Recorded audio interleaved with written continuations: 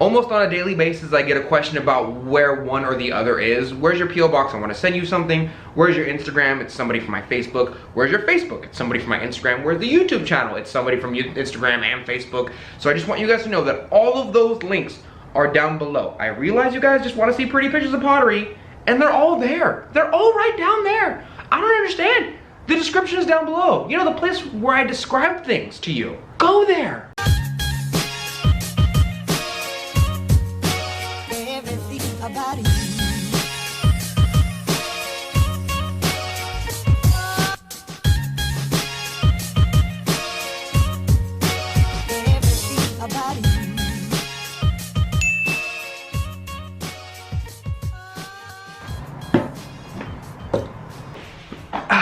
Hello, you dirty potters. How are you today? Today is the 20,000 subscriber Q&A video that I promised you guys quite some time ago.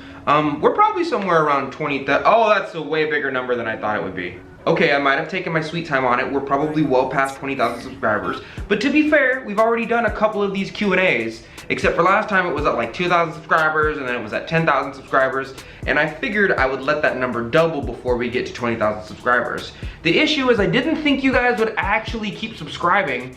And so I didn't think I'd have to do another one of these, but here we are. I get questions on a daily, if not weekly basis, full of questions about ceramic artwork, personal questions, questions about life, and sometimes I stay up till 3 a.m. having philosophical discussions with some of you guys on Instagram. But this type of video is a way for everyone to kind of get those questions out of their systems, get it flushed out, get all the answers you need in one big long video, so that way we can really concentrate on the actual videos I put out as far as a curriculum basis goes. So for the past 2 or 3 weeks, I've been asking you guys to just send me all those questions you've been wanting to ask me. And you guys did a fantastic job. We have somewhere close to about 50 questions. To be fair, to be completely fair, we have way more than 50 questions. But Donte, that's gonna be a stupid long video. Because I don't want to stay up for literally 3 days straight again editing this type of video, and the fact that there were way more questions than I can probably handle, even though I kind of asked for it. I'm gonna take a minute or two to answer the most common questions that I got in this little Q&A thing that I'm doing right now. Because I got like 10 different people who are asking what my favorite color is. I got like 5 different people asking me if this is my main job and not my side hustle. I have a bunch of replicas of the same question, and I figured instead of going over those one by one, instead of wasting your time and my time, I would just answer them all in a quick fire succession kind of thing right now. Now, I do understand that most of you guys who are watching this right now are usually actually fans of the channel. You come here every single week to actually learn about pottery because you like me, or you like my style, or you like the pottery that I do. You like something other than just the pure information, because most people that watch this channel are like, oh my god, give me the information so I can leave. You know, those people with literally no patience whatsoever. So as a little treat to everybody, if you stay till the end of this video, if you have the attention span to actually watch all the way to the end of this video, I have a very big surprise slash announcement for you guys that will actually affect the channel later on. There was a video that I did and a lot of people liked it, and it caught some eyes of some people that I didn't think it would catch. And that's all I'm gonna say before I actually ruin the surprise. So before we get this video started, let's go through the multitude of questions that I got in bulk. Let's just answer them right now, quick fire style. Firstly, yes, my real name is Donte. I do live in California. No, I don't ride surfboards, stop asking. I also don't have blonde hair and a six-pack. All my strength is upper body. Yes, I am going to NCECA for those of you who want to meet me. Yes, I will also be doing mug trades and meetups. If you want to know where I am, what I'm doing, please keep up with my Instagram and Facebook. Those are the main 2 places that I post the majority of things. The links, as always, to those are down below. Yes, I also have what a lot of the older generation is calling a real job, even though I would have a large problem and argument with that statement. I'm not gonna nitpick at it right now. I am technically also a chef. I've been cooking for probably 10 plus years. I worked as one of the head chefs at a Chipotle a long time ago, which is why on my Instagram stories, you always see my undershirts are Chipotle shirts. They didn't ask for any of those shirts back, so I cut off all the sleeves and now they're undershirts. Yes, I do actually have a master. His name is Yoshio Taylor. He just went into retirement, so I'm technically no longer an apprentice potter. I'm technically kind of on my own now, but I do still keep in contact with him and try and check up on him every now and then. I like to kind of leave him alone though, because a lot of his work requires a lot of solitude and I don't want to mess up his art style, so I leave him alone a lot of the time. Yes, I will be opening up an online store fairly soon, probably within the next 2 or 3 months, to sell my stuff. I know I should have done that already, but I'm very, very reluctant to do it, seeing as I'm kind of like a dragon. I like to just sit on the wealth of stuff that people like to value and just like, it's mine and no one else can have it. I'm probably not going to do Etsy just because it has a really good brand name. I disagree with a lot of their practices. For example, they say free shipping, but they just hike up the price a lot on a simple mug or cup when they say free shipping, and I don't want to do that. I want to find an alternative way to give you guys stuff without having to charge like 80 bucks for a mug or a set of bowls simply because it's free shipping, when really I'm just taking the shipping costs from other people and putting them on my customers. I don't want to do that. And the very last important thing I gotta say before we actually start the Q&A is, for the love of God, please click the bell next to the subscribe button. The amount of questions that I get on a daily basis are really just from the fact that a lot of you guys are missing videos I've already gone over. For example, people will ask me like, how do I do this? Or how do I do this? And I've already made videos on all of those things. I have a playlist for beginners. I have a playlist for intermediate that we're going through right now. We're doing Season of the Weeb right now, which is taking a long time, but I'm still gonna make like Pokeballs and stuff for you guys. But the high majority of the questions that I get are videos that I've already put out, and so I feel kind of rude just like sending you, like I already did that. Which tells me two things. Number one, you're probably not subscribed or you haven't been with me long enough. Or number two, and with a little bit of research, I found out that this is true. What's supposed to happen is that every time you log onto YouTube, it gives you a brand new list of all the subscriptions that you have who've put out videos in the following week or the following day. I do once a week, so it doesn't really matter. Mine's every Thursday. So if you log in on Friday and you haven't seen the Earth Nation YouTube video yet, something went wrong. YouTube likes to do this thing called hating me, where sometimes it just won't show my videos. But if you click the bell down there next to subscribe, it automatically sends you the video whenever I post it. If I post an extra video, you'll get it. Every week I post a video, that's when you'll get it. And this is just how YouTube works. It's really weird because I'm not asking you to do it for me. I'm asking you to do it for my sanity. It's really there just in case YouTube ever messes up, which it does all of the time. If it doesn't send you my videos automatically because you're already subscribed, hitting that bell will send it directly to you. Like I get one from Cami Cakes almost every other day. Cami Cakes is my favorite YouTuber. He has nothing to do with pottery. Don't worry about it. So for the love of my sleep schedule, click the bell next to subscribe, because YouTube is not gonna send you the video. So you literally have to click a button that makes you send it to yourself automatically. That's so stupid. Okay, now we can finally start with the actual Q&A, and we have to kind of hurry because as I've learned from watching my own videos and Q&As over a certain amount of time, the longer the video goes on, the more sassy my answers to the questions get. So we gotta go. Question number one comes from Paige Scott. How did you get into pottery, and what was the hardest skill to learn so far in terms of pottery or life? I believe I talked about this in a previous Q&A, but the way I got into pottery is my ex-girlfriend, let's call her Stacy. Me and her got into like a little, not really an argument, but like a little back and forth. She brought home a cup one day and was like, look, I made you a cup. And I was like, wow, that looks cool. And then I watched a couple videos on how to make pottery and I was like, that looks really easy. You know, like a dum-dum. And she was like, it's not easy. So we had this little back and forth. And finally, I was kind of in the stage of my life of teenage-dom where I was like, well, if I can prove it, I'm right, and that makes me the victor of this relationship. Which is the most toxic thing I've ever heard, and I've immediately stopped doing after I started dating her. I was a bad boyfriend. She wasn't a good girlfriend, to be fair. We were bad for each other, but I definitely was not a mature person. So I tried this class out, and in the middle of the class, she ended up kind of cheating on me with my best friend. And instead of like getting depressed, which I totally did, but also instead of getting really angry and built up about it and just letting it ruin my life, I decided to take that pain and turn it into something else. So I just poured my entire heart into ceramic artwork. I literally like went to this, I took extra classes. Yoshio was very nice to me. Actually, that's a lie. He was not nice at all. At one point, he actually told me to quit, but I think he understood that I thrive off of negative reinforcement. So I think he saw that and was like, I know how to get this kid up and up. And the culmination of what you see today is just kind of off of a girl just breaking my heart and taking my best friend with her.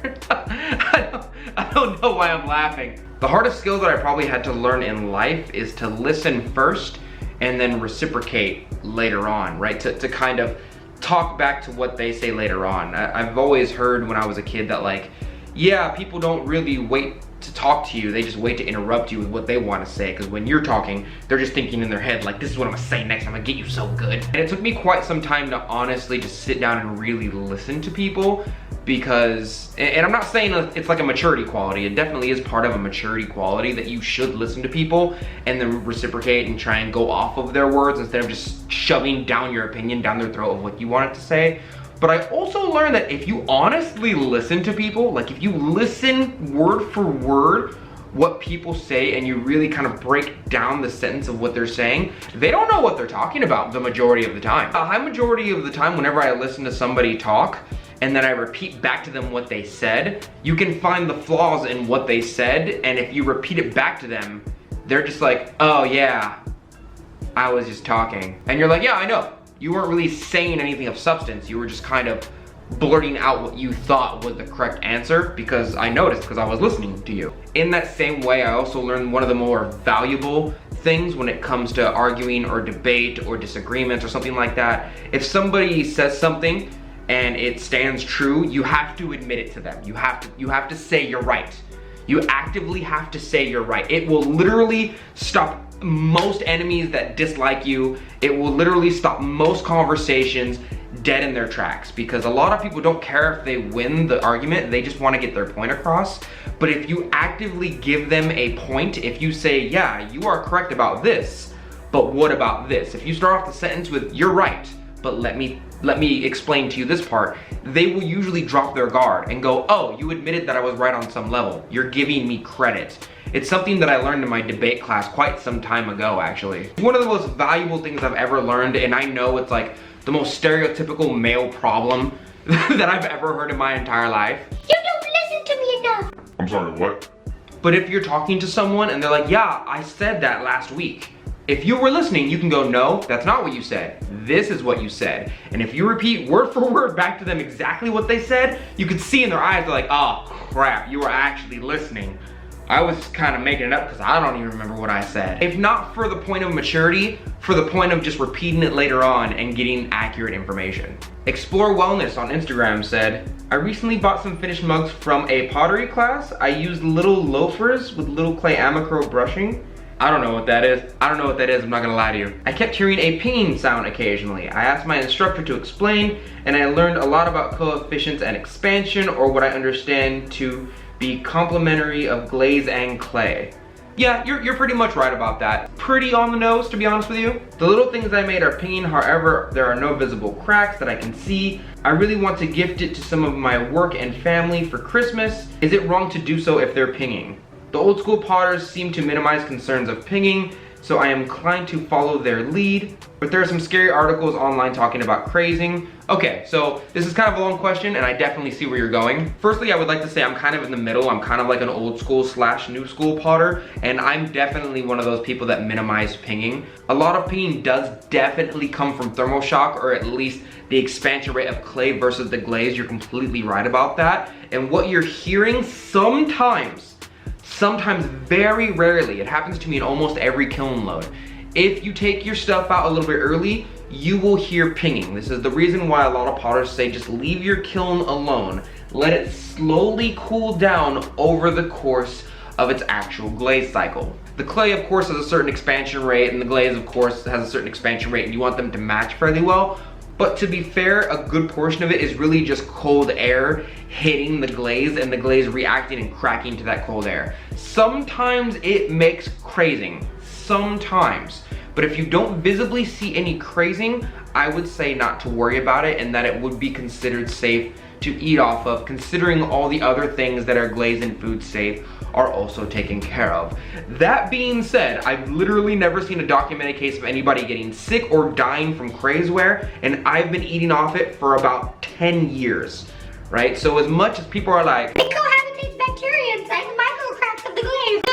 I've legit never seen anyone be hurt, die, get sick. I've never seen an actual case of somebody being damaged from crazeware. And in order to get sick from crazeware, you would have to actively be stupid with your stuff. You would have to never wash it out. I do understand that the cracks habitate bacteria in places that a normal soap and brush wash couldn't get to, you know, but it's like, legitimately, as long as you have a bowl with crazeware and you don't put tomato soup in it and leave it in there for 3 days straight and then think to yourself, oh, I'm gonna eat off of it now, even though it's been sitting in the fridge for 3 days and just letting the bacteria get inside those cracks, most people are safe. This is not me telling you to eat off of crazeware, but this is definitely me saying that there's a lot of new age potters that seem to think it is the worst taboo in the world to have crazeware, when there's legit never been a case of anybody being hurt from at least none that I've heard of, right? If you can find one for me, that'd be awesome. And no, I'm not talking somebody with like a horror story, like I had a friend that had a friend that had a friend that got hurt from crazeware. And if you give this pot to your friend and they die off of crazeware, well, the lesson learned, you can't use crazeware, I guess. But to sum that point up, pinging is a very natural part of clay. Sometimes it creates crazeware, and I would say at that point you have to give that to them or sell that to them with the actual information of, hey, this has crazing in it. Either wash it really well, do what you want with it. I just need to tell you that technically speaking, crazeware is not considered food safe. And then you can go off in the corner and eat off of crazeware right in front of them, and they're gonna be like, but you just said, yeah, that's the difference in between what people say and the reality of what actually is. Most people eat off of crazeware and turn out fine, to be real with you. I have to be very clear, this is not me saying that crazeware is safe to eat off of, but it definitely is me saying that the majority of people that eat off of crazeware find no problems with them, including myself. This one's from Ugly Pottery Company on Instagram. Wow, you just call yourself out like that. What is your recommendation for a hobby potter's medium-sized kiln? I have no power issues and make about 30 pieces a month. Size matters. You know what, Ugly Pottery, size definitely does matter. But learning to use your equipment after you have the proper size matters a little bit more. So the kiln that I have behind me is a medium-sized kiln, right? It's fairly large, and even for me, who's pretty good and fast at throwing, I also hump throw, so I can just produce the same pot over and over and over again if I felt like it. This still takes me like a month to fill because the average size of a piece is probably about half the size of this cup right here. I mean, it's about this big, right? That includes a bowl, a mug, a cup, a bottle. They're usually about this large. I'm not stacking my kiln full of vase-sized things like this. This takes me about a month, and I can probably fit close to about 150 pounds of clay in here if I stack it all correctly. This is a medium kiln, so for someone like you who probably does about 30 pieces every single month, and let's assume that you're not gonna lose any of those in the process, none of them cracked, the glaze came out great, you trimmed all of them perfectly, I would still suggest to you a smaller kiln, much like the old one that I had. Some of you will probably remember last year in the YouTube channel, Ghost, my other kiln, was about this big, maybe, and it was maybe about this wide. It wasn't that big, to be honest with you. It was considered a small kiln, and it still had a 5-inch ring extender in the middle. I think it was like 18 inches tall, 17 inches wide. I'm not really sure about the specs anymore because I now have a bigger kiln, so it kind of doesn't matter. I would still suggest to you a smaller kiln and not a medium kiln. If you got a smaller kiln, you could probably stack your bisque load, and you could probably get about 2 loads out of that of glaze. For example, this right here fits 150 pounds of bisqueware, and I get about 3 glaze loads out of this, which is a lot for me. I would say getting a small Scut kiln would do fairly well. I'm not sponsored by Scut, but I do trust their kilns to a massive extent. I've only ever used Scut kilns. I don't know why they're so good. They just be good like that. Scut is literally the Honda of cars. Yeah, you can get a fancy kiln with all the bells and whistles. You can get yourself a Ford, but also found on road daily. I've literally never had a problem with a Scut kiln, and whenever I do, their customer service is always through the roof. So I would suggest that you go get yourself a small Scut kiln, if I'm being honest with you, especially if you only make 30 pieces a month. That's easy. I make that in one night, my guy. This one is from Ryan Wells. He's actually a very good friend of mine. He's a day one for sure. Would you have openly defied and fought against Fire Nation and its lord, or played a more passive defensive role? Would you have enjoyed being the Avatar or preferred be one of the friends or companions instead. Ryan, being one of my good friends, understands that this channel is based off of, a little bit based off of Avatar: The Last Airbender, because I move clay around, which means technically we're pseudo earthbenders, you know? It's kind of a play on words, but you get what I'm saying. But I think what he's asking here is if I would stand back and wait for the fight to get to me, or if I would go to the fight. It's a little bit of both for me, if I'm being honest with you. As far as Avatar lore is concerned, a lot of the people within the city didn't understand the war was going on, including its king. They didn't even know the Fire Nation was coming. The entirety of the city of Ba Sing Se, the main capital, was kept ignorant from the actual war the Firebenders were bringing upon the world. So a lot of them were just like in their houses like, meh, the world's good, right? Because the entire world is basically our city, because our city's so big that we can't go in and out of the walls, we're just stuck here. I think I definitely would have been one of the earthbenders that like snuck out of the city at night, and then if anyone caught me, I would just probably fight them as well. I would have liked to be one of the people that trained the Avatar, if that makes sense. Like, I don't really want to go out with him on his adventures. If that happens, so be it. But I would have definitely liked to be one of the people that like, he came to me to get trained in earthbending, and then when he left, he was far better off at the craft. And if I'm being really honest with you, I probably would have been one of the members of the White Lotus. But I don't think I would have been one of the avatars. I don't think I would have been one of his friends. I most likely would have been more of like a White Lotus member that trained him and then just let him go. Because after a certain amount of time, the White Lotus got together and they were like, okay, we clearly have to fight. Right, like we can't just sit back in here. We have to do something. I think that's probably a good answer. Gabriel Jones, I'm sorry, I'm gonna butcher your name. Relbier. I'm American and I deeply apologize for it. My question is, why are there never any hand-built pots in your contests? No entries, or do you just not highlight them? I was thinking about this. I'm actually gonna make a hand-built challenge mode, Dirty Potter challenge pretty soon, but I will say this. I think that my channel is mainly concerned with wheel-thrown pottery. If I get enough people who hand sculpt, then yes. Like, I got close to like 90 entries the last Dirty Potter challenge, and I kind of had to filter them out because that video was getting a little bit long. But I will also say that if I do a hand-built contest and I get like 5 entries, then that's automatically gonna be the reason as to why I never do hand-built entries ever again. Unless it is in high demand, you know what I mean? But I've never done them because I don't think there are enough of you out there. You can prove me wrong. If there were a lot of you clicking the subscribe and like and commenting and all that, I would notice you. But there's very little sculptors inside of my pottery channel. Because a lot of sculptors don't like to make pottery, they like to make sculptures.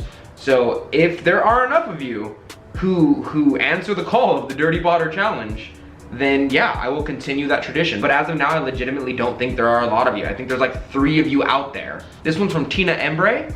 I took classes in the spring and in the winter, every Wednesday for 10 weeks, 3-hour classes. Any tips on storing my items for a week so they then dry at an appropriate rate? This last season, I started using plastic cake storage containers to, transporting them back and forth. Huge pain, but my pieces did better. Okay, so I'm gonna show you guys this right now. I've already made a video on this, but I might just make another one because so many of you guys asked me this question. Here, stay here, I'm gonna get it right now. These are a bunch of bowls that I trimmed last night. There are a couple things I wanna point out to you here. Number one, I have this on a wooden plank, right? Something that I just got from Home Depot. The reason for this is because this will slowly soak up water through the bottoms of my pieces over time. So if I throw them freshly off of the wheel, put them on the wood will absorb the water from the bottom of the piece. You need to put your pieces, after you're done throwing them off of the wheel, on something absorbent. There are absorbent clays out there, such as bats, but I don't use those. I usually just use big old wooden boards. That's number one, okay? Stop putting them on like plastic things and cake things. Thing number two, a lot of people, and I don't know why this is because I feel like a lot of teachers should just say this the first day of class, like to take the the bag, they like to take their clay bag and then try and like wrap up their pieces like this, and this does literally nothing. The entire point of keeping your clay wet and making sure that it doesn't dry out really fast is to get a very nice, malleable, nice, smooth, wispy piece of plastic, right? and wrap it over all of your pieces like this, even to the point of tucking them in. The point of this is to kind of make a little biodome of moisture around your pieces. This is going to keep all the moisture inside. I would even go as far as to say you should be tucking them into your pottery.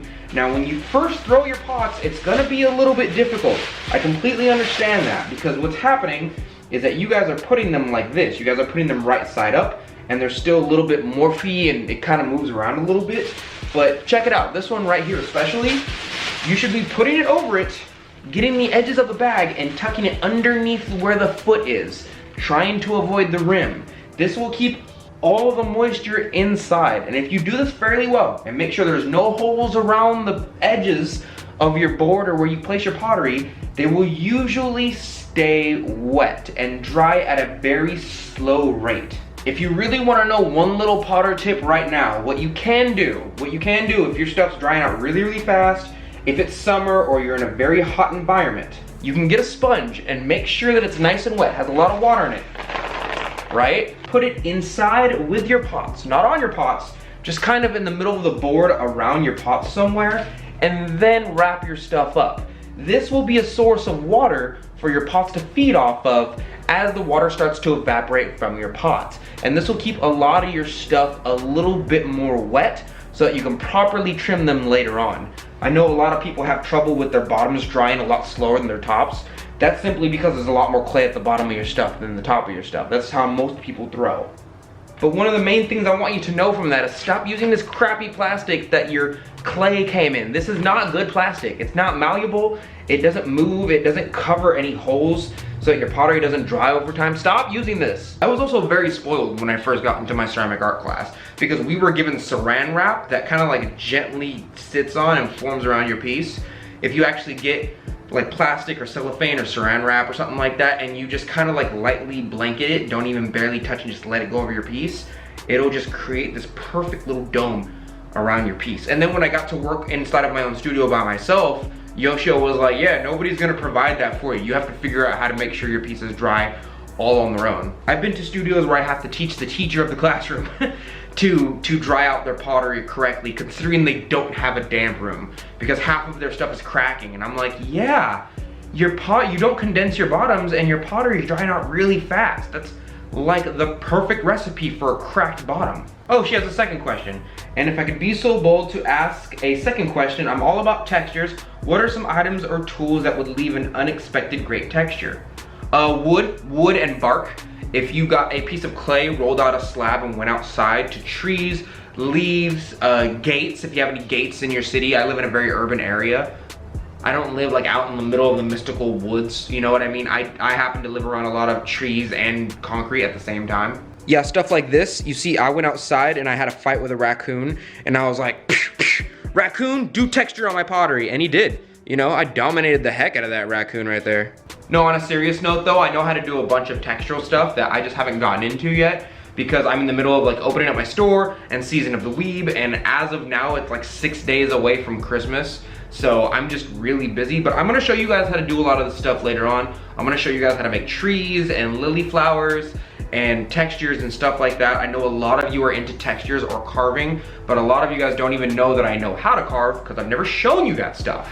Because I release one video a week. So we're gonna go over this for sure sooner or later. But definitely don't come crying to me when you guys are like, I didn't see the video on how to do that texture. And then I'm like, well, did you click the bell next to subscribe? No. Okay, then who do you have to blame now? Huh? Huh? Viola Grace on Facebook says, I might have missed them, but do you ever do raku? Would you? Would love to see some. There are I don't know why I said it that way. Would love to see some. So I used to do raku with Yoshio Taylor quite some time ago at my community college, but I stopped doing them because I don't really have the facilities for it. And raku night in my city, we have like a raku night at a church, is on Wednesday nights, and I'm the head chef at my job on Wednesday nights for the night crew. So I have to ask for that day off, which I might do soon, but also I would then have to go up to like the local priest there and be like, hey, can I videotape it for YouTube? And you know, I'm not anti-religious, but I've never done anything for the church that like he would be like, of course, child, of course. I would have to find a place that does raku in Sacramento. If you live in Sacramento and you want to open up your raku kiln for me, I would love that. I'll probably pay you and I would love to do videos on it. I did one quite some time ago, one video on like my phone, and I hated it. I deleted it. I'd be deleting videos all the time without you guys knowing. I don't even tell you, because I told you guys one time y'all got mad at me, so I just do it without your consent now. I know the word consent's kind of like a hot topic word right now, but I'm the one who made the videos, so I kind of have the right to delete them without asking your consent in the first place. Cynthia Dyke on Facebook said, I want to piggyback on this. What moisture level do you like your clay? This is something that I'm trying to figure out in my throwing. So I personally like my clay to be a little bit harder. If there was a scale between 1 and 10, and like 1 was the softest clay could be, like cream cheese soft, like goopy, almost slip, I like my clay around a 7.5 or an 8, and that's simply because I'm a very aggressive puller. Whenever I pull, I get about 10 inches off my first pull, and then I get like 7, and depending on how much clay I have. But that makes sure that my clay might twist a little bit because I'm such an aggressive puller. Sometimes you'll see it in certain videos, but my clay doesn't fall down. It's a little more stiff, it's not as goopy. My clay doesn't really collapse on itself because I like my clay a little bit more hard. That's just me though. I'm like a 210 pound, you know, like American male. You know what I mean? So when I say I like my clay a little bit hard, it's because my body can probably handle harder than normal clay. It's not like I like it hard because it feels better on my hands or something. I just like my clay to never fall down and kind of like goop in on itself. I don't like that. It sucks when knowing that like my skill wasn't the problem, just the clay not being wet enough was the problem. So I just took that out of the variables. My clay is never super wet now. Now it's just like a little bit more dry than usual. What really helps with that is that I'll wedge my clay, I'll let it sit out for a while. I'll wedge my clay, I'll let it sit out for a while. In the summer, of course, I let it sit out for like an hour or two. But in the winter, you can keep it out for like days upon days and it's fine. I have a ball of clay over there right now that's been out for like a day and a half, and it's still the same moisture it was as when I wedged it like 2 nights ago. So Patty Lewis on Facebook says, do you miss Ghost? Yes, I do miss Ghost. I'm very happy that it went home with Megan though. For anyone who saw the video of me giving away my kiln, that lady's name is Megan. She has my kiln now. This is Redrick's. For all those of you who don't know, I named my kiln. You know what? Most people name their kilns. Don't make it weird. I already see you type it in the comments below. Just stop. Just to prove me right, will somebody tell me the name of their kiln in the comments below, please? Y'all trying to act like it's weird or something. It's not weird. You're weird. My last kiln's name was Ghost, and this one's name is Redrick's. Ghost was a little bit smaller. This one's name is Redrick's. They all have to do with Destiny, the video game. Don't even worry about it. But yes, I do miss my old kiln Ghost. Although I'm very happy with Redrick's. He's very stable. Little bit of a secret, Ghost actually wasn't male or a female. Weirdly enough, Ghost was non-binary. Don't know why. They chose that name, I don't know. Tan Hui, I'm so sorry for butchering your name. Again, I'm sorry for my Americanness. Would love if you shared your creative process, i.e. do you have a standard mud bowl shape colors that you always go for, or do you change it up seasonally? By request? Yeah, just your creative process, thank you very much. Really enjoy your channel. I found it really fun and helpful for my own pottery process. Cheers. Yeah, to be honest with you, I'm probably going to release one big solid video from beginning to end of like how I do my process of my clay, of creating like simple cups. There's a lot of little things that you guys don't really see me do. When I round out my edges, when I trim my bottoms, what I do to trim my bottoms, you guys just see me trimming, but you don't see the little fine details that I think really make it craft and not just functional wear. There's a major difference in between the two in most people's books. For example, if you buy a bowl from Walmart, that's functional, that's barely art. It is made for a specific purpose, with the cheapest materials, with the most production. There's thousands of them out there, it's not special whatsoever. That's functional wear, but the stuff that I make at the moment is the mixture in between function and art, which to me is craft, right? So there's a lot of things that you guys don't see that really matter in the body when another potter picks it up and goes, oh, I noticed this about it. As far as my actual process goes of me changing stuff, I just get bored of doing the same thing over and over again. Like if I was a YouTuber who just made like bowls all day and didn't trim them, I would pretty much just be a production potter who's showing you like cool visuals And I don't want to do that. I want to teach you guys things. I want to always be moving. I don't want to do the same thing over and over and over again. And then, you know, like I feel like not progressing is almost a sin to some degree, you know, and I like doing different things. I usually change it up at least yearly, but it takes a while to see that change because while I'm in here almost every other night working on my stuff, you guys only see once a week.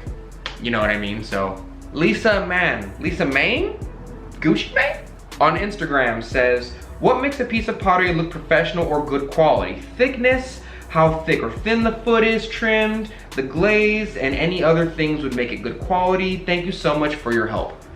For me, I have a certain quality for my own work, and the quality for my work is how I am trained. So I am trained to almost always have a foot.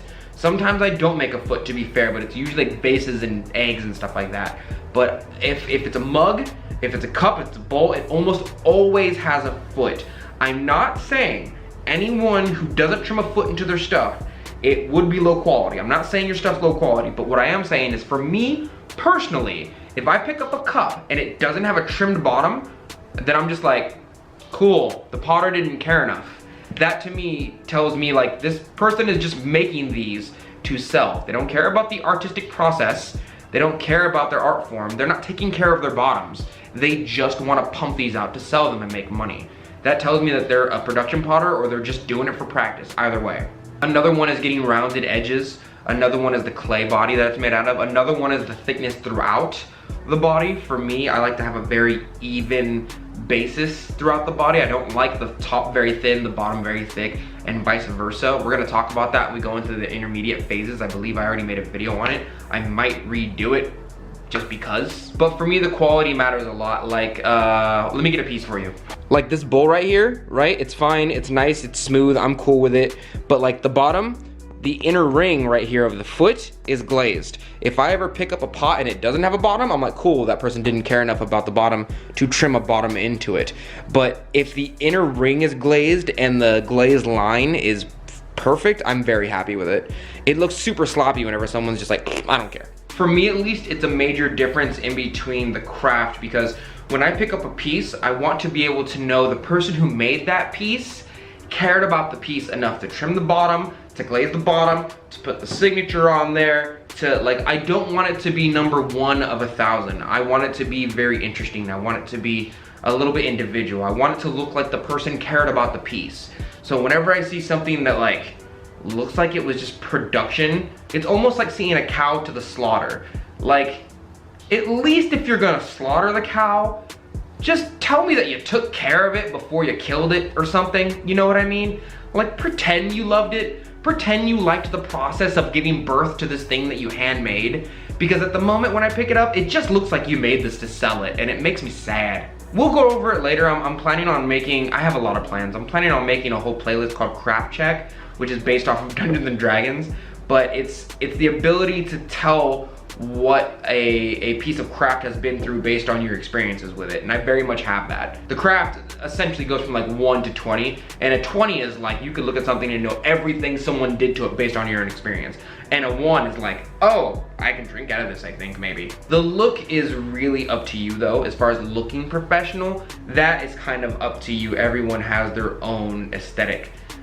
Some people like pieces that are white, some people like pieces that are blue, some people like brown, but it doesn't speak, the look doesn't really speak to the quality. The feel and the actual thickness of the clay and how even it is really speaks to the quality. Even how aligned the clay platelets are speak to the quality of the craft. But usually, to be honest with you, it's not how it looks. There's no way I can look at something and go like, that's high quality. But because until I get my hands on it, I have no idea. I'm a very touchy person. Like once I touch something, I get more information out of it than looking at it. I might be able to tell something's porcelain other than stoneware by looking at it, and that might be a little bit higher quality, but like that if someone makes something out of stoneware and it's higher quality than something made out of porcelain, that thing is still better than the porcelain, not just because it's porcelain, you know? Step It Up Steps, you guys have some weird names on the Instagram.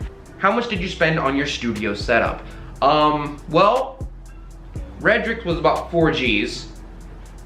The lights over there in the corner that you're probably not seeing right now, but you can probably see a little bit of light coming from them, was probably about $100. I'll show you them later. The shelves that I got from IKEA, you guys already know about those. The table was free, but the table itself was probably about $300 from a kitchen store. There's a lot of things you can buy from a kitchen store that work in your ceramic studio. The real thing is once you have the shelves and you have all the stationary stuff that's never gonna move, it's not that much. Like I could have easily taken 500 bucks and gotten all this stuff and built it all myself in a day, right? But like the stuff that keeps moving, your glazes, your clay, maintenance on your wheel, stuff like that, that's the stuff that costs money over time. So if somebody gave me $1,000 and said, set up everything in this studio except for the wheel and the kiln and do it by yourself, no help, I could probably do the same quality of work. I can probably do, and this isn't finished either. Like I still have to put more shelves up because I want the camera to face that way sooner or later and I want a background. So probably, if you're being really safe and you're not being smart with your money, a G, but I did this probably about for maybe $500. And that's considering that the table over there was free. So maybe $200 on all the shelves. And then, you know, you don't really count in the wheel and the kiln because those are big ticket items. If you're gonna buy a wheel and a kiln, they're both top line, I would say that's about 5 G's right there. Oh, she also asked, what are some other jobs aside from being a beautiful potter? Oh, I'm a chef. I technically have a 40+ hour a week job as a head cook, or technically a chef. I'm a chef in the way that someone at Jiffy Lube is a mechanic. Like if you asked him to change out your engine, he'd be like, no, go to a real mechanic. But if you asked him to work on your car and change the very basic stuff, he'd be like, oh yeah, no problem. Yeah, I worked my way up from grow cook and short order chef to like one of the dudes on shift that if I went missing for a while, they would blow my phone up. Noah the Potter on Instagram asked, what is your favorite thing to throw? Elections. Yeah, I'm actually part of the Illuminati. I love just messing up your guys' elections. Trump's not in there because you wanted him in there. I was just being a troll one day. You guys put Obama in there for sure, but like Trump, it's just been 4 years of a super long joke to me. On a serious note though, my favorite thing to throw are probably Japanese style double hump gourds. They're very, very difficult to throw correctly, and it took me a couple years to learn how to properly do them. I still don't know how to do them in the advanced way. I'm only intermediate as far as that shape goes. I think I have one laying around if I can get it for you. Yep, yeah, I found one. This thing right here. This is thrown in one piece. The bottom's glazed, I trimmed a foot into it. Of course, it doesn't just sit on your wheel like this as you trim it. You have to do it with a chuck. Don't use a Giffen grip. This is a little bit of floating blue with a little bit of a white glaze that I had. I did the tuxedo style. You guys don't know what that is yet, but I'll show you later on. But yeah, this is a Japanese double hump gourd. This is thrown in one piece. The reason this is difficult is because you have to properly glaze the inside, right? You have to make sure it's cork safe. And then you have to get a piece of clay, go out, go in, go out, go in, and then make the lip curve upwards. There's a very specific way this is done. Most people try and cheat though. Most people like get 2 pieces and go, I'm so clever, and then make one bulb, and make another bulb, and they stick them together to make a composite piece, but I don't do that. I feel like that's cheating, so. What I usually do is I throw it in one piece, and if I fail, I gotta do it again. Jesse Enzer on Instagram puts, I can't take it anymore. I have to ask, why do you spell tomorrow like that? So a lot of the time on my Instagram, I will misspell things. It doesn't only help that I'm #1 bad at spelling. It also doesn't help that I use voice text a lot. So what happens is I'll push the voice button and I'll talk into my phone. And that'll usually translate what I want it to for like 80% of it. But like 20% of it is just it making up things that it thought I heard, unless I talk like this. Hello, great America. I have to speak like I'm Mr. Telephone in order to actually have my words understood. I have to enunciate everything like this. But long story short, I think what happened is one time I put in that word and it remixed it as another word, and in my quickness, I spelt it wrong because my brain was like tomorrow or tomorrow. Yeah, tomorrow. The word is tomorrow. And I auto-corrected it, like I corrected the machine that corrects me. So now whenever I voice text and I put the word tomorrow, it goes, oh, you like to spell it with an A and not a O. So that's the way it's really spelled, I guess, for you. I'm sorry for all you spelling supremacists out there, but A lot of the time I misspell things because I'm voice texting. I'm not actually typing. Cedar Hill Pottery Works, aka Bobby Joe on Instagram asked, can you do a video on the digital display on the Scut kiln? I just acquired mine. I didn't know you have gone digital. Woot woot, congratulations. I'm probably not gonna do one because number one, John the Potter already did one and I don't wanna bite his style. And number two, it's fairly straightforward. There's nothing that I could teach you guys about this interface here that it does not tell you with the push of one button. So there are a couple of tips and tricks that I know with it already just from working with it. There is a software update that it got that does decals for you if you know where to get decals, which I totally don't. I'm sure a simple Google search can figure that out, but I'm pretty sure John already did one. I would ask him, but he seems to be fairly busy because he's got like 2 kids and a business to run. So you know, if he doesn't message me back, I usually just leave him alone because I understand he's fairly busy, but I'm pretty sure he already did a video on it. Sunflash Mace on my Discord says, to what amount do you scale your tried and true glazes when you're making a new batch or bucket of glazes? So let me show you guys what I usually do, right? When I make a glaze, I make a little jar of it like this. And this is maybe about 300 or 400 grams, maybe 5 if it's not a glaze with a lot of EPK in it, because EPK is like a really big voluminous kind of chemical. After it works out good here, I'll make more of it and test it. And after I found it satisfactory, I'll make this much of it. This much is about, I think it's about 2 gallons of it.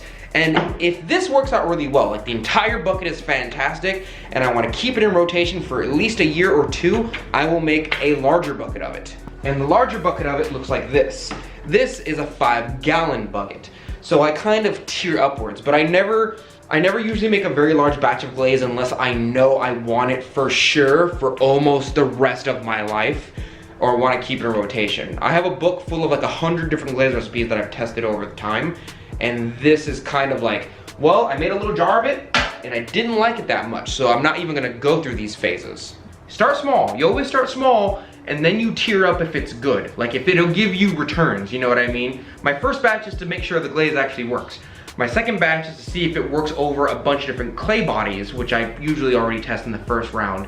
But after that, I want to see what it mixes with. If it mixes with like everything in my gamut, makes fantastic colors, and I've tested it, and I've done like the lemon test or the vinegar test, and there's no crazy issues in multiple clay bodies, then like I usually find no issue with it. It's usually fine. Riley on my Discord asked, what clay have you used or would you recommend trying? There is a clay from Laguna, or Aardvark, I'm pretty sure it's Laguna actually, called Redstone that I like a lot. It feels like porcelain, but it's red. I know a lot of you guys don't like red clay because it's very messy, but if you could actually learn to throw clean, it's a really good clay and a really good glaze. I'm gonna do some episodes on it later on. You guys are gonna see the functionality of raw work.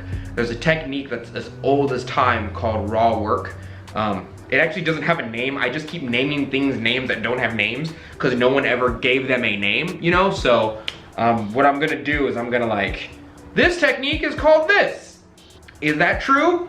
I don't know, but it is now. Redstone is probably one of my favorite Cone 5 clays out there. I like it a lot. I like it a lot. It's like a higher quality version of 811 Buff, which can be a sculpture clay or a throwing clay, but I love it. Hunlock Pottery on Instagram asked, if you could swap skill level with anyone in the world, who would it be? It'd have to be Prince. Prince or Peter Volkus.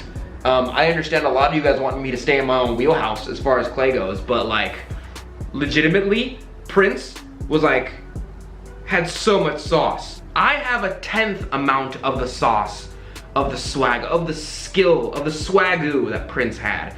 I don't know how he does it. I'm not to that level. I know how he does it, but I don't know what level he aspired to, but like, there's stories about him like playing guitar and not a single cloud in the sky, and then he'll be like, watch this, and it'll just start like the rain and the clouds will start to come and it'll start raining, and he's like, meant to do that. I'll never understand how he literally summons thunder and rain and lightning from. I don't know, it's crazy. I don't know. I would like to swap skill. I don't know about swapping sauce. I'll swap some sauce. That sounded wrong. Please ignore that. Brittany Page Marie on Instagram asked, what do you do when you're looking for inspiration in your work? If I'm being really If I'm being really low effort, I'll just look on Instagram because I know how to do a high majority of techniques, but I just don't keep them in my brain all the time. Like that cup I showed you earlier, I haven't done that for years, but I just forgot. I forgot about it, and when I was like, oh yeah, I know how to do that. Carve, carve, carve. But if I'm being like, I'm trying to make something that I would consider to my level, that I would consider like, I'm trying to make something that represents me as an artist, I will usually close my eyes for about 10 minutes and to a lower degree meditate. If I were to really explain it in like a layman's terms, I'm looking at the shapes inside of my head or in the darkness of my eyelids to see which one of those shapes I want to make. Usually I'll close my eyes, and if you close your eyes and just kind of try to look on the inside of your own eyelids, you will start to see little shapes. And sooner or later, you'll come across one of these shapes that you're like, okay, I can't let that go. I have to try and make that. Half the time, you won't even end up making the shape that's in your head, but you'll end up making something close to it that turns out better, if not the same as that shape. Like right now in that 10 seconds I closed my eyes, I got a shape in my head that I'm probably gonna make later. And if I don't make it, it'll never come out of my head. So thank you for that. Nightingale Pottery on my Discord said, Donte, I know you have beef with questions about weight or amount of clay and all, but how much would you say is your max throw as, oh bro, How much you lift, bro? How much you lift, bro? Bro, how much can you bench, bro? This is the Potter equivalent of asking someone how much they can bench. Just how much clay can you throw? Bro. No, I don't really have beef with it. I don't really get angry at it or anything. I just don't understand why people ask the question. If I'm being honest with you, it's probably about 30 pounds. It's not 30 pounds on Drake. It's not on my wheel. My wheel can handle about 20 pounds before it starts to like, okay, that's too much pressure. Because at the end of the day, if I grab my wheel and I spin it and I hit it real hard, I can stop my own wheel from spinning at max. I can really stay in there, which means that the pressure I'm putting on my own clay body is more than my wheel can handle, which is fine, but at a certain point, my wheel cannot handle that amount of weight. So I would say probably about 20 pounds on that wheel, 30, maybe 35 on a good day max.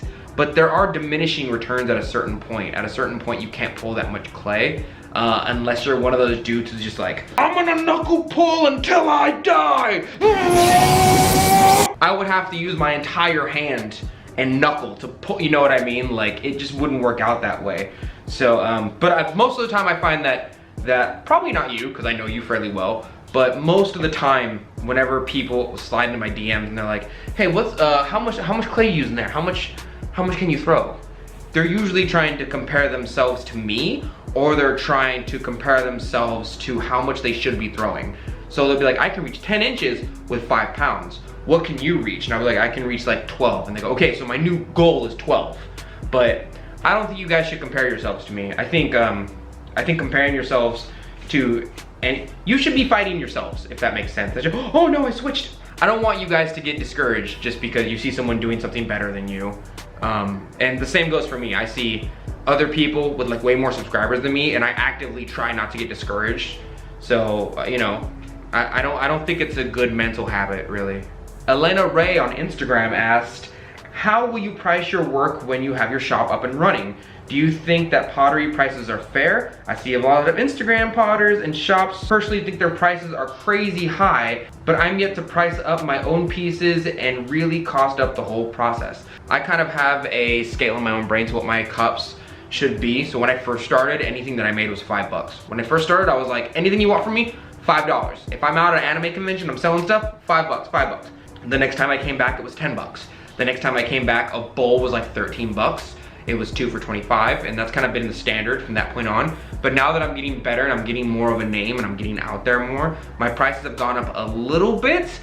But even though my prices have gone up a little bit, I don't think they're at the range that like a lot of other potters have them. I see some mugs go for like $55 plus shipping, and a mug being sold for like $75. And I'm like, nah, man. That ain't me. I understand the get your money scenario. I get it, and at a certain point I'll probably will reach that point. But if I'm pricing my own stuff, I don't think my stuff is fancy enough to, unless it's a really nice cup, unless it's a really nice cup. And you have to remember, I destroy like 1/4 of my own stuff, so I don't think my stuff is amazing. But if I were to price my own stuff, it would have to be My mugs would probably be around $30 or $35 plus shipping right now. My bowls would probably be the same price, but I would also probably sell my bowls in a set. So if I put my bowls for like 40 bucks, you'd probably be getting 2 bowls in one package plus shipping. So let's say shipping was 20 bucks, shipping and handling, and a set of bowls was, you know, 40 bucks, $60 would pay for 2 bowls. So you're paying 35 bucks. You're paying about $30 for each bowl, and that's high for me. That's really high for me. Those would have to be some really nice bowls. I'm looking at a set of bowls right now, and my brain's kind of like, man, those might be like 25 bucks each. Because the shipping and handling is the thing that I really have to watch out for. Because somebody ordering my pottery from New York all the way from here is like $30 worth of shipping. But like if someone's ordering it from California, I can't just change the price based on who orders what where. I have to make like a flat line, right? So I have to go like, shipping's 20 bucks, no matter where it's going, right? So that way the person in New York doesn't pay as much and the person in California has to pay more. And I don't know if that's fair, but supply and demand kind of rules that economy, you know what I mean? So I just never want to be the guy who puts a mug on Etsy for like $130. I don't think that's fair at all, unless it's a masterwork.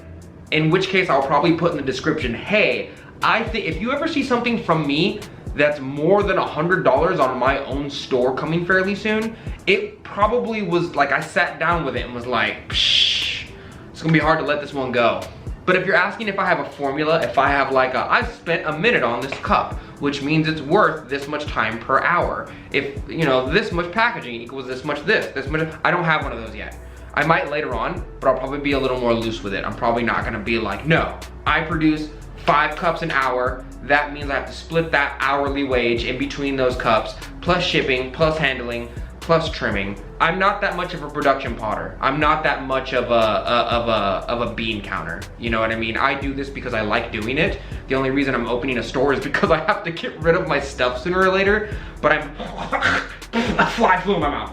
But I'm definitely not doing it to just like, cool, I'm gonna make the same thing over and over again. Like I'm not gonna be a production potter. You are going to see a change. You're going to see an evolution. You're going to see an artistic ebb and flow from my artwork. You might see mugs one day. You might see teacups. You might see bowls that are triangles another day. You're gonna see a myriad of stuff. You're not gonna see the same thing over and over and over again with a slight variation. It's not like I'm not behind that. It's that's not me. That's my issue. I have no problem with people that do that, but that is not my style. Where's my Starbucks? I'm thirsty. Chris Christie and FW, Chris Christian, somebody on Instagram. What is the design to build first gas kiln? I'm not really sure what you're asking. I'm not sure if you're asking if I have a gas fire kiln. I don't. I have an oxidation cone 10. It goes all the way up to cone 10. I fire at cone 5, 6. I also have a pit fire kiln on the back. None of those two things require gas. Although if you're asking what the design is that I got for my pit fire kiln on the back, I literally just made a box of fire out of bricks. And I made sure the fire didn't get out, and then I set that sun on fire. 420 blaze it. Justin Malati, oh, I love him. So he's actually the person who, this is really good transfer because he's actually the person who showed me how to build a pit fire kiln. And he was like, bro, it's easy. Just put bricks in a pile and then set it on fire. He's super cool. Follow him on Instagram. He's tight. I don't know who we are. I said we are still taking questions, like it's me and Abel, like me and the queen. But like it's just me really. What's the weirdest air you've ever tasted? Ooh, the weirdest air I've ever tasted, Justin, is okay, some of you guys are probably gonna audibly gag from this. I once left a protein shaker with some gold standard protein, whey protein, in my car on a hot summer day, and I left it in my trunk and forgot about it for like 2 months straight. But me, being the gross man survivalist I am, was like, it's still good. I just wash this out. I just wash it out and clean it out. But there was no water around, which is weird because I live in a first world nation where water is literally everywhere. So I think I was just being lazy. And I opened it and okay, I'll be real with you. I've smelled death before. I've not had a great childhood, all right? Human bodies don't smell good after a while. And to the more common person who's probably been around like an animal that's died, like in the middle of the road, You know what that smells like as well. This smelled like the two of those smells had a baby. It was bad. The weirdest air I've ever tasted? I don't know. The weirdest air I've ever smelt, and I smelled it so hard that I tasted the protein dying from it. That protein shaker I left in the car for 2 months on a hot summer day. Audrey Van de Water. I really hope I'm saying your name correctly, I'm sorry if I didn't. Asked on Facebook, do you want a residency? If so, where would you want to go? Same question for studying abroad. I would like to go, I know this sounds very strange, I would love to go back to Japan. I went there for a while, not for pottery, but just kind of like on a thing. My mom thought it would be really good to give me that experience, and it changed my life. I don't know how to explain it, but everyone in Japan was kind of like me, or I guess I was kind of like everyone in Japan. If you ever see me out in public, I'm very, you guys only see me on Instagram, but in public, I'm a very stoic person. I'm very quiet, I'm very reserved, unless I'm with really, really good friends or people I'm comfortable around. I'm very, I don't know, I just kind of mind my own stuff. But I'm also kind of like secretly weird. Like, you know what I mean? Like an arcade full of vending machine panties is normal to me. They got that in Japan, so that doesn't seem weird to me at all. Like my brain kind of goes, yeah, I get why lonely people would want that. I would want to do one in Japan. I also feel like I have to learn Japanese. I also feel like it's a much better language than English. I'm gonna put a link down below to the reasons why I hate the English language. But I don't know who birthed me in this body and who bore me here. My mom probably, it wasn't her fault. But like, English is stupid. English is dumb. The word bay is in the dictionary. The past tense for the word cut is cut. You can drink a drink, but you can't food a food. Like, none of it contextually makes sense. But everyone all the time wants to actually correct you on your English as if it has an exact science to it, but it doesn't. English is probably the least functional thing I've ever had, but I love languages that have a context to them. You ever talk to that friend and you go like, oh hey, you wanna go to the movie theater later? And they go, yeah, sure, why not? 5 minutes later you come back and you're like, so what movie do you wanna see? And they've just turned off, they've been like, what do you mean? That doesn't happen, because underneath the context of our last conversation, they understand that the movie theater is still on the table, right? They get that. The last thing we talked about was the movie theater, therefore, the next interaction I have with you is about movies. Duh. That's kind of the way that I talk very contextually. Anyone who's gotten very, very, very close to me will understand that, like, I don't like the English language. And because of that, I think I would like to go outside of America for a residency. I would probably love to go to Japan. I don't want to go to China because I feel like I'm not high skilled enough to go to Jingdezhen, China, the birthplace, the holy mecca of pottery. Like if I were to have a residency, I would also have to have somebody be my master, which I don't know if I'm just picky, but I only accept Yoshio Taylor teaching me. Only. All of my skill, everything that I have has come from him. So if you ever wonder where all that came from, here's how you spell his name, because I know some of you are gonna try and look up him on Instagram right now, but there he goes. Our styles are very, very different, by the way, even though he kind of raised me art-wise.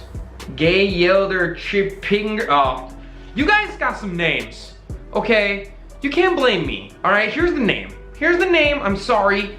I'm so sorry I can't pronounce that name. Beginner here, Donte. I'm having trouble getting height on my poles. Any tips for getting the walls higher? Yes, I'm going to do a video on that really, really, really soon. We're going into the intermediate section along with Season of the Weeb and behind the scenes. I've already decided I'm going to be opening up the store in the next 2 or 3 months, but we're going to be doing intermediates and Season of the Weeb at the same time. Those are going to be the next couple of videos. The only reason we were doing the video building videos, doing the studio building videos, is because I was building my studio and I wanted to get them out the way anyway. Of just constant, like, here's the shelves you buy, and here's the kiln you buy, and here's the this you buy, and here's the that you buy. I'm sorry about that, but I kind of had a little roadmap. I'm going to do a video on it fairly soon. I will say it has a lot to do with leaving clay at the bottom of your cylinder. Cheryl Broderick on Facebook says, could you please talk about reduction versus oxidation? Cool, so this is something that I've been meaning to touch on for quite some time. I'll probably do a video on it. Of course, you guys only get 4 videos every month. So this right here is an oxidation kiln. It's called an oxidation kiln because oxygen is allowed to freely roam through the chamber. You know, oxygen, that good stuff. This good stuff is allowed to flow freely through the chamber, right? This is called oxidation because oxygen is all up in the jam of my kiln. Reduction is a different process where the operative goal of a reduction chamber or a reduction kiln is to reduce the amount of oxygen flowing in the chamber or the kiln. That's all it is. All you're trying to do is take away a lot of the oxygen molecules or a lot of the oxygen from the inside of the kiln. In order to do this, a lot of people will just shove fire straight in there. So the last Cone 10 reduction kiln I worked in had a big hole here and a big propane tank, and they would just blast fire straight in there. The cool thing about that is that fire needs oxygen to keep living, right? So as the fire's in there, it sucks up all this oxygen in order to stay alive, which in turn reduces a lot of the oxygen inside of the chamber. It's kind of like when you snuff out, well, I have an example right here. Let's pretend this candle right here is an oxidation chamber. The flame is going strong and it's nice and good in there, right? Because the fire can feed off of all the oxygen in this room. It can keep on going. But if I put this lid on this candle, it's going to reduce the oxygen in here and the candle's slowly going to die out. This is because I've taken away the oxygen in here. And sooner or later, the fire inside of this chamber, inside of this little candle holder here, goes away, which doesn't allow the fire to feed off of the oxygen in the room. It only has to burn up this little amount of oxygen inside this little jar right here, inside this little chamber. That is basically what an oxidation is versus a reduction kiln is. Now, if your next question is how does this change the clay or how does this change the chemistry of the glazes, it matters a lot because the chemistry of the glazes on the clay body will change based on how much oxygen it's interacting with. So for example, copper, when you take a lot of the oxygen molecules away from copper, they will turn red. But if you put them through the kiln and you leave them with a bunch of oxygen, they usually stay green. If you reduce the amount of oxygen in a chamber and put copper in there, sometimes they'll turn red. For example, Oribe. If you put Oribe inside of an oxidation chamber with all that oxygen flowing around, it stays green. But if you reduce the amount of oxygen within that chamber, I know I keep calling it a chamber, I'm super sorry about that. I have this book right here, the ceramic formula book, and inside of this book, they don't call a kiln, they call it a chamber. And so from that point on, I've just, oh man, there's a glaze recipe in here, what? It's a really bad glaze recipe, no wonder I'm using it as a bookmark. All you have to really remember is in an oxidation kiln, oxygen is freely allowed to roam throughout the kiln and the chamber. But in a reduction kiln, you're reducing the amount of oxygen in here by taking away that oxygen, right? By a couple of different means. Most people just use fire because fire, for a lack of a better term, eats oxygen. Pro tip, there are such things as a neutral chamber. There are such things as a chamber with oxygen and reduction at the same time, making it a neutral chamber. They're just far less popular and they're barely used. I've never used one. I don't understand the functionality of them. I'm sure they have to do something with the glaze chemistry. I just don't care for it. Deja Smith on Facebook asked, advice on working into throwing bigger pieces with more clay, like 15 plus pounds or more. Any techniques that you use that are helpful? Yes, we're gonna go over it fairly soon. I'll probably do it right after the intermediate video that I'm probably gonna record again right after this. That being said, start taking care, it sounds stupid, start taking care of your body. Like start going to the gym, drink more water, get more sleep, it really helps. I know I'm the one saying that. I know for the majority of you who know me fairly well, you know that I like to skip nights of sleep to work on pottery and whatnot. Just Phoebe on Facebook asked, how many hours a week do you spend producing artwork? How many hours a week do you spend making videos and doing marketing on the side? I kind of have a schedule as far as my posting goes, but I have to be really careful because marketing myself is really just showing you guys pretty pictures of pottery. I realize that most people are just babies. Pretty colors and nice visuals will make you click a likey button. I'm not that guy though, and you'll almost never see a thumbnail with me going like. Ever since I discovered YouTube, I just see a lot of those thumbnails and they do well, but they also kind of irk me. I don't understand them, I don't like them. My favorite YouTubers don't do them and I feel like they're very disingenuous. even though they're not clickbait, like if you click the video, they still talk about the thing the thumbnail says it will, but when you click on them, they feel wrong. They feel like I'm being treated like a child. Like, I have an expression. Click the video to find out why I'm making this expression. Oh. It's not like it's lying, it just feels weird to me. It feels like I'm being treated like a child and I don't like it. But because of that, I hold back a lot of artwork from you guys. Like I have maybe 7 or 8 pictures right now I should be releasing that I just don't release because I don't want to get ahead of myself.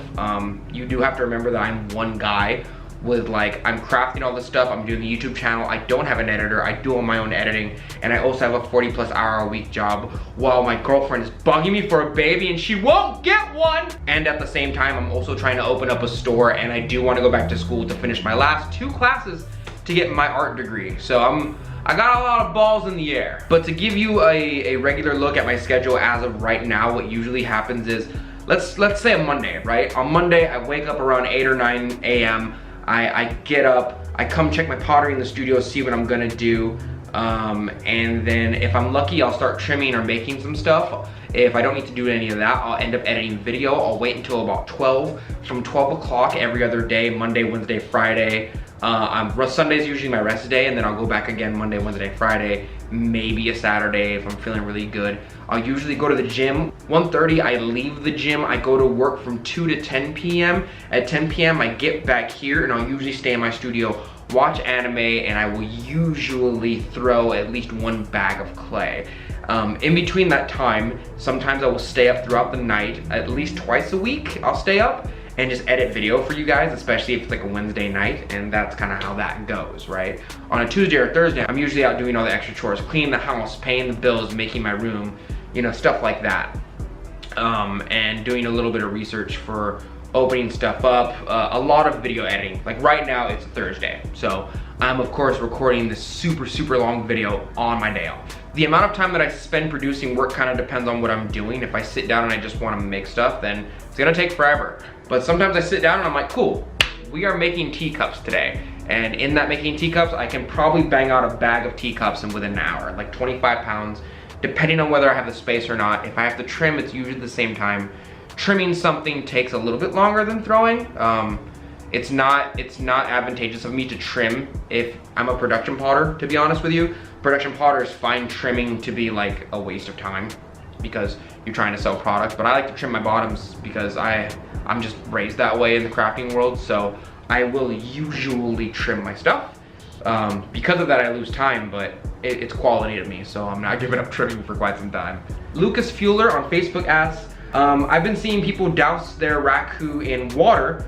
How the hell do they not explode? So this is probably a question of like after you take it out of the chamber, the raku chamber, they put it in water and it doesn't explode. Number 1, sometimes it do explode. Sometimes it be like that. And number 2, a raku kiln is only like 1,000 something degrees. It's not that hot. It takes like 2 hours to get up there. It's really easy. As for like a cone 6 kiln here, huh, Revjix? Huh? You look sexy, huh? If I doused this stuff in water, it would totally explode. You know what I mean? So I just don't think the drop from 1,000 degrees or 900 degrees all the way down to... Also, you're not supposed to like dunk it in water. You're supposed to like get a hose and like spray it little by little, right? That's what I've been taught, is to kind of like get a hose and like whoosh it over it and then wait a second and then whoosh it over it so it cools down slowly. But I have definitely seen somebody take like an enclosed form from raccoon, just like dunk it in water and explode. So to your question of how doesn't it explode, we get really lucky and it's a much lower temperature than something like this. But sometimes they do explode.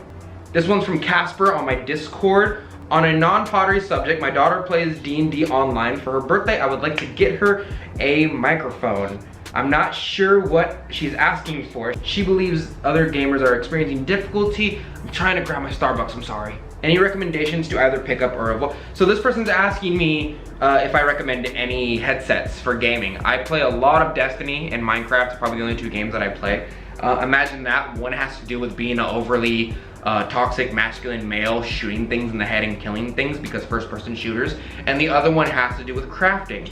It's like it's made for me. I would say stay away from the super high-end quality headsets, but also stay away from like the skull candies with little microphones on them. They break very easily. Your goal for buying a gaming headset or your goal for buying a good quality headset is number one, you want the microphone to be close to your mouth or your lapel, or at least in front of your mouth. If it's too close to your mouth, like this is all you're gonna hear on the other side of the microphone.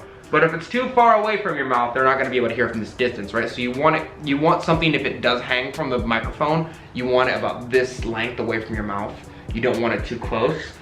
Or you want it near your mouth, like underneath on your lapel or something like that. What I usually do, and mine was like 30 bucks. It's lasted me a very long time for Destiny. I plug it straight into my PlayStation 4 controller. What I usually do is I find the top brand and then I go a couple steps below the top brand and I go, that'll do me just fine. Because I'm not a pro PewDiePie elite gamer, right? But I'm also not like, I would like some quality, right? A good microphone is kind of the key. So if you have a laptop or a HUD, honestly, you can probably just get one of those and plug it straight into the audio jack and it'll work, right? If she plays on Discord, you're set to go. Those things are fantastic. If you play on Discord, you can also plug it into your phone and you can probably just use a regular Bluetooth headset if you just are using audio talk on your phone. I don't have any specific brands you should stay away from, to be honest with you. There are very few brands aside from Skull Candy that I don't like, but I would definitely admit you don't need a Bose. Sleeper, I give Sleeper a shout out on the last video. Remember that? Sleeper's cool. Sleeper on my Discord asked directly to my DMs, there are a couple people who got my DMs, don't worry about it. If humanity should die out and your brain could be transferred into, Sleeper's going deep. All right, Sleeper's got the interesting questions. Your brain could be transferred in with a few others into a droid, would you go for it? Perhaps restoring Earth and humanity to its old self. Perhaps setting in a new era of droids or only salvaging last remaining consciousness just out of pure stubbornness. By the way, none of your family or relatives will be the ones in the droids with you. Good, because I feel like I can kind of cut this question off at the head because no, I wouldn't do that. I would gladly accept body augmentation. If somebody was like, we're putting nanobots in you, I'd be like, tight, do it now. Will it make it so I never have to go to the bathroom again? Because if I could have droids to where I never have to sleep or go to the bathroom again, I'd take them immediately. Sleep is a waste of time, in my opinion. It feels good only when you need it. No, I probably wouldn't do it. I know a lot of you guys don't know me like that, but I kind of dislike most human beings. Not you, you're beautiful of course, because you've already clicked like and subscribe, but like, the other people who didn't click like and subscribe. No, seeing the damage that we've done to the planet and the person that we previously elected into office, and my hope for humanity dwindles every single day. Every day. If I had to save humanity, I'd be like, nope. That's it, nope. Even if we got another planet, I feel like there's a large portion of us who be like, we don't deserve another planet, very clearly. Barbara Barker, one of my patrons, asked, so I don't know if I missed the deadline to submit a question. You didn't, don't worry, you're still beautiful. But is there any way to repair / salvage bisque pieces or glazeware? Not really. There is a way, I will fully admit to you there's a way, but I don't recommend it because at that point, for someone like me who has the check to see what's wrong with things just from like holding it, I wouldn't let that out on the market. I don't know if you're selling it, but a lot of people take their bisque and grind it up into grog. Companies would do that for you half the time if you send it to them, but I highly doubt they would honestly take it because they have their own. But if you mess up a piece, like you just gotta learn how to make it better. I would not try and salvage a piece. You guys know me by now. You guys know that I would just be throwing stuff away. The Adventures of Rowan on Instagram asked, I've got a questions. I love you so much for phrasing it that way. How do you get your mugs dry entirely? My bottoms still seem to be too soft while the tops are dry.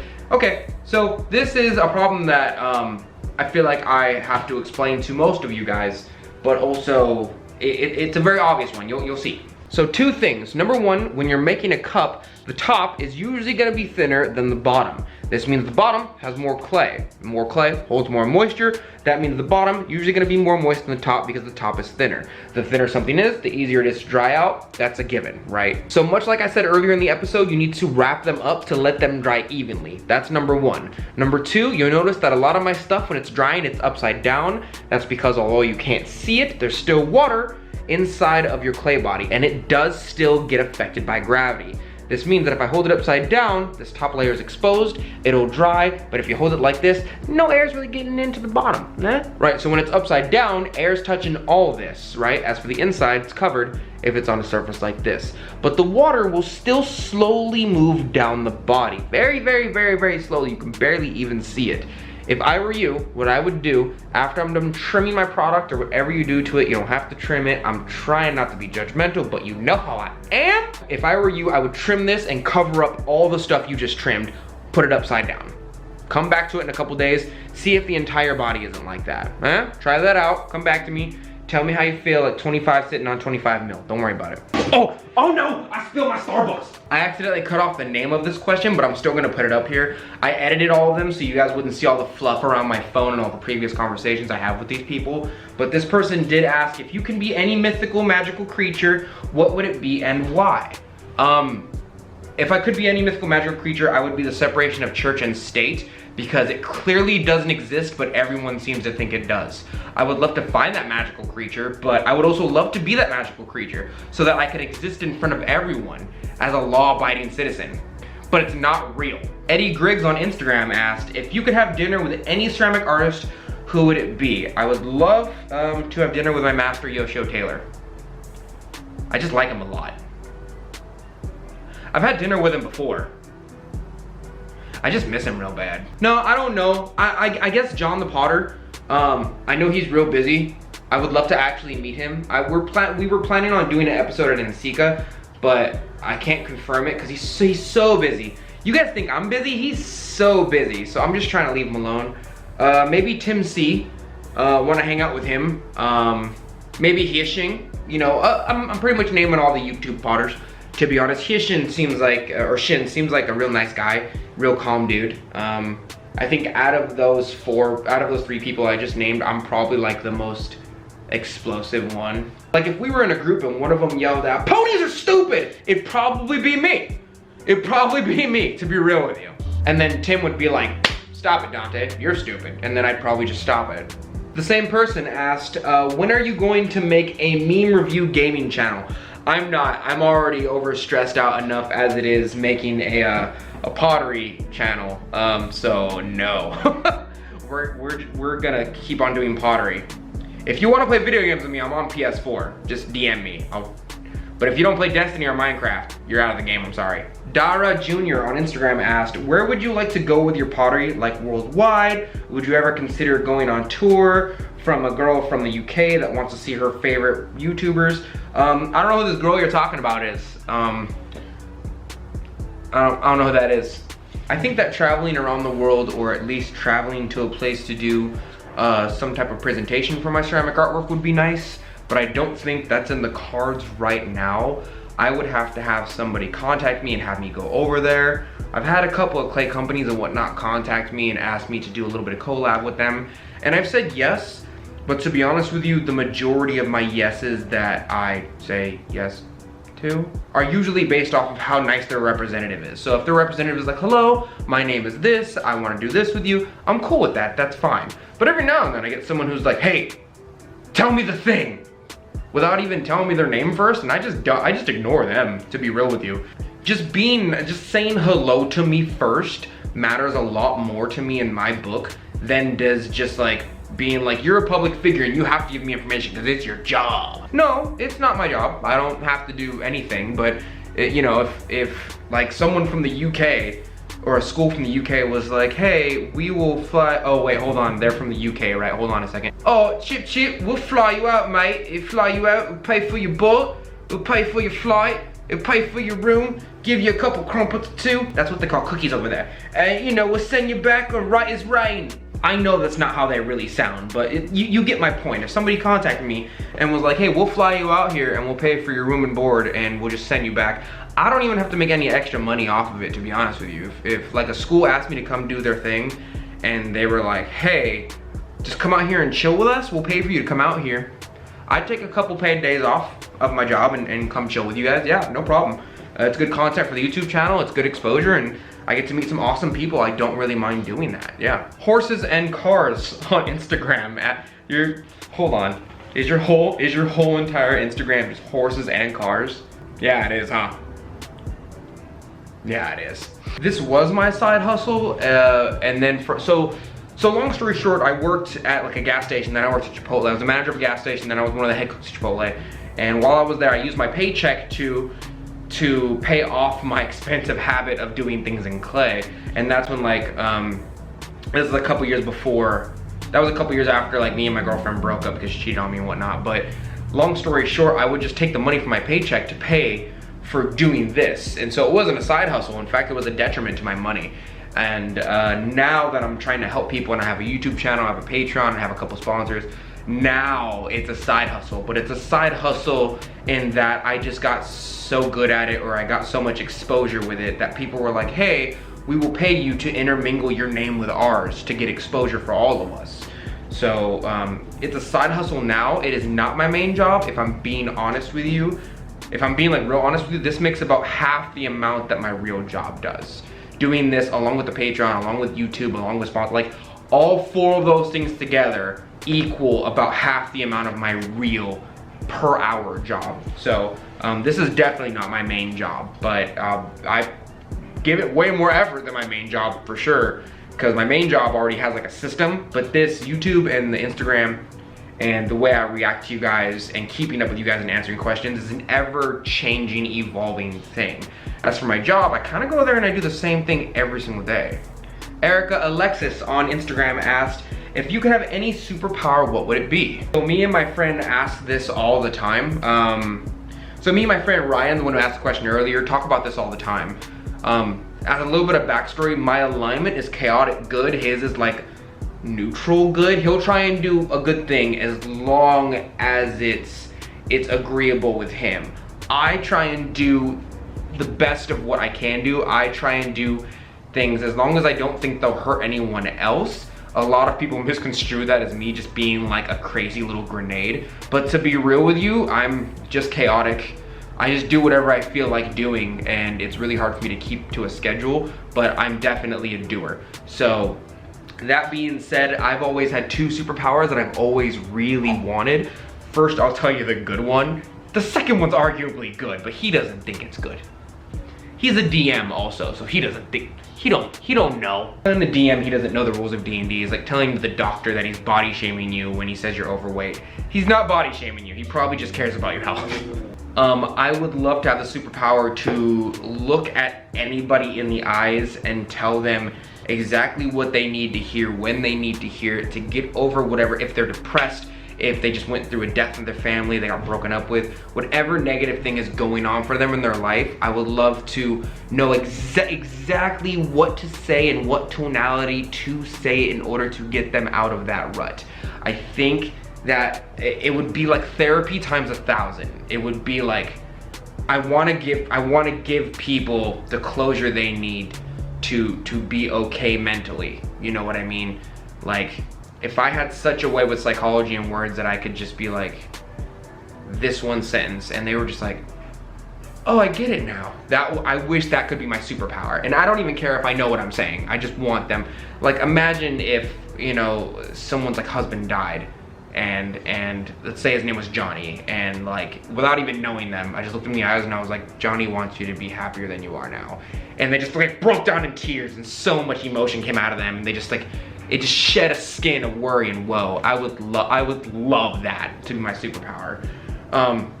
My second superpower might get me demonetized, so we're gonna do it real quick. I would love to look someone dead in the eyes and just make them climax.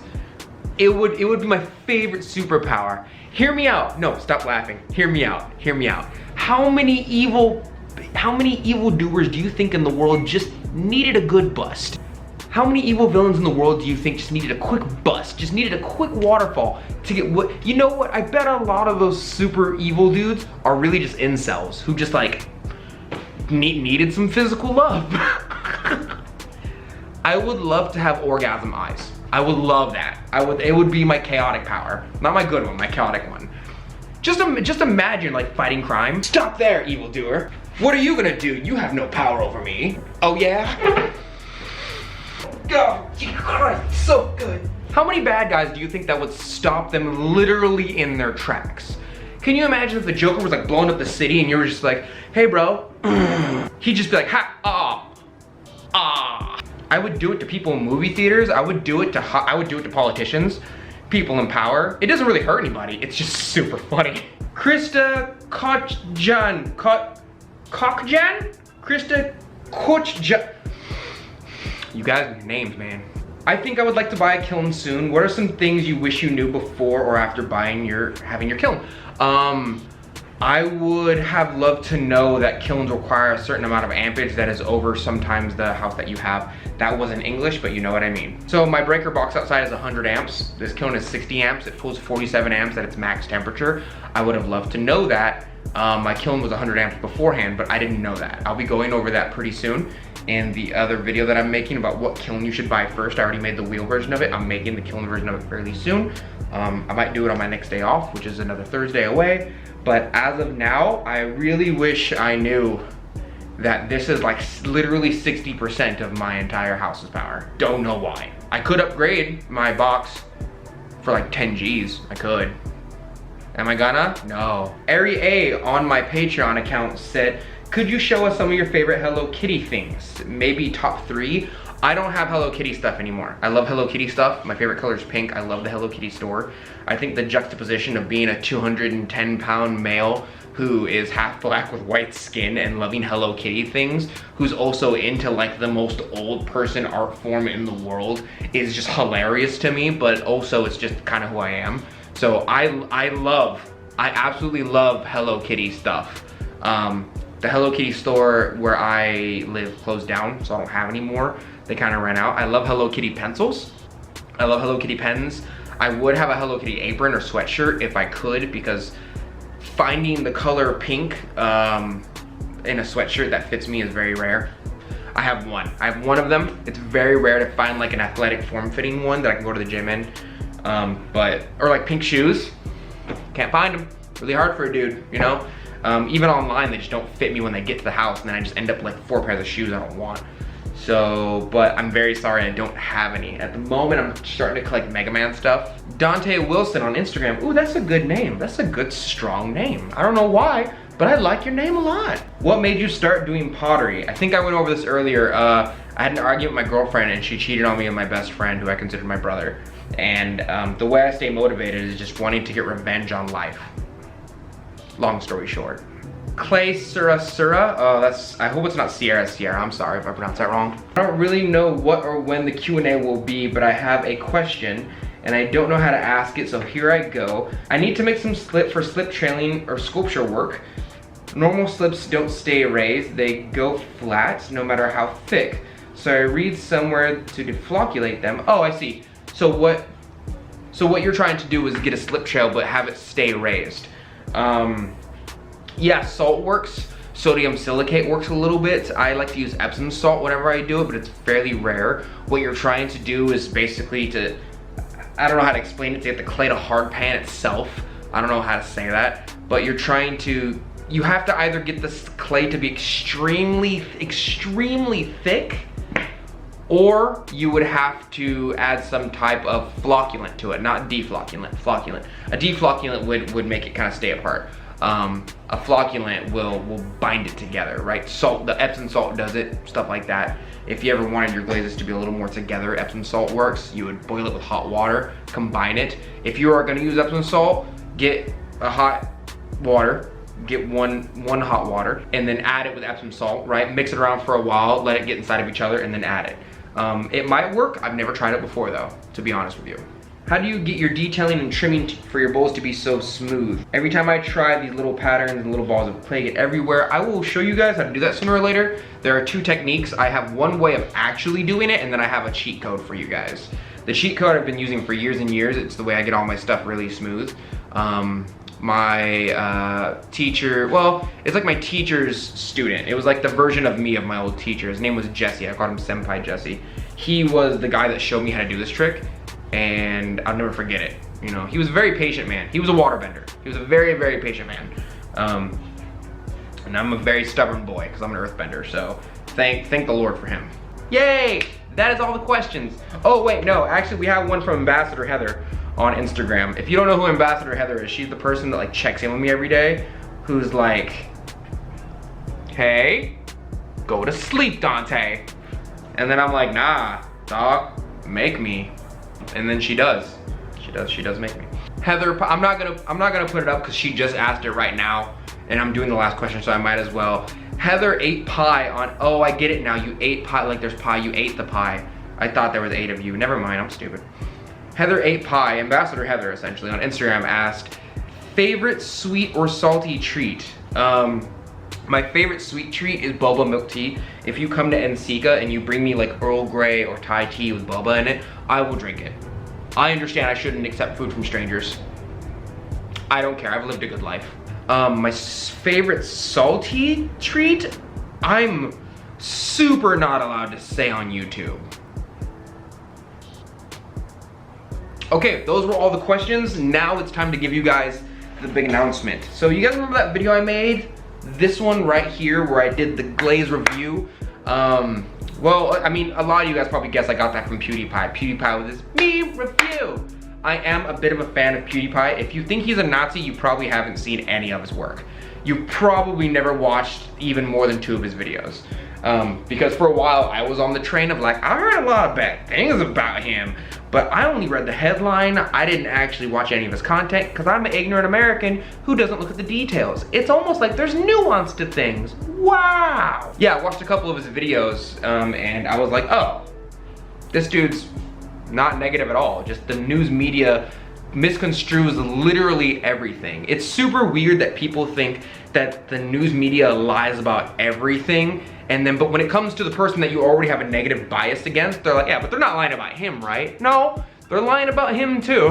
Recently they reported that he's quitting YouTube, and I immediately was like, what? And I went to go check it out. Nope, he just said he's tired and he's taking a break. He's gonna take probably like a month or 2 long break. He's not gonna quit YouTube. The news just blows everything out of proportion for some reason. And it's weird, because we all agree the news blows everything out of proportion, but if like, let's say you hate a movie star, right?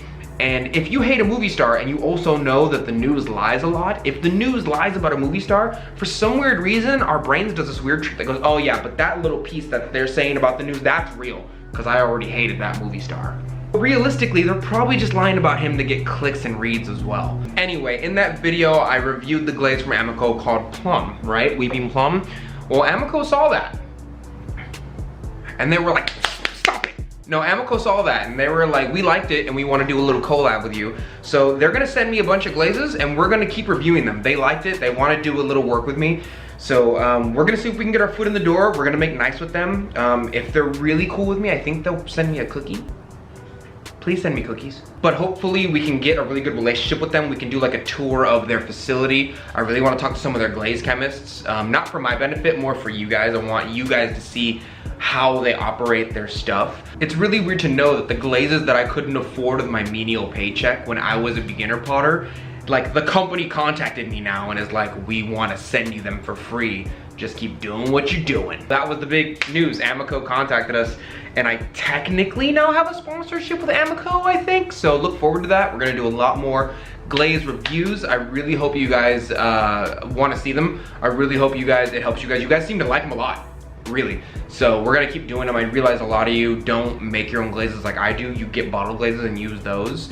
Even though they're brushing glazes, I technically did these types of glazes before I learned how to make my own glazes. So I'm still very experienced with them. And that's the news. Yay! I'm super excited about it. Again, the Instagram, the Facebook, the Patreon, they are all in the links below, as well as the person who made the music for this video. They're fantastic. You know, I love always looking for new music. I appreciate you guys hanging with me. I know this video was super long, but this kind of got everyone's system flushed out, so that way I have an excuse to ignore your messages for a while on Instagram. Thank you guys for joining us, and I will see you, Dirty Potters, next week.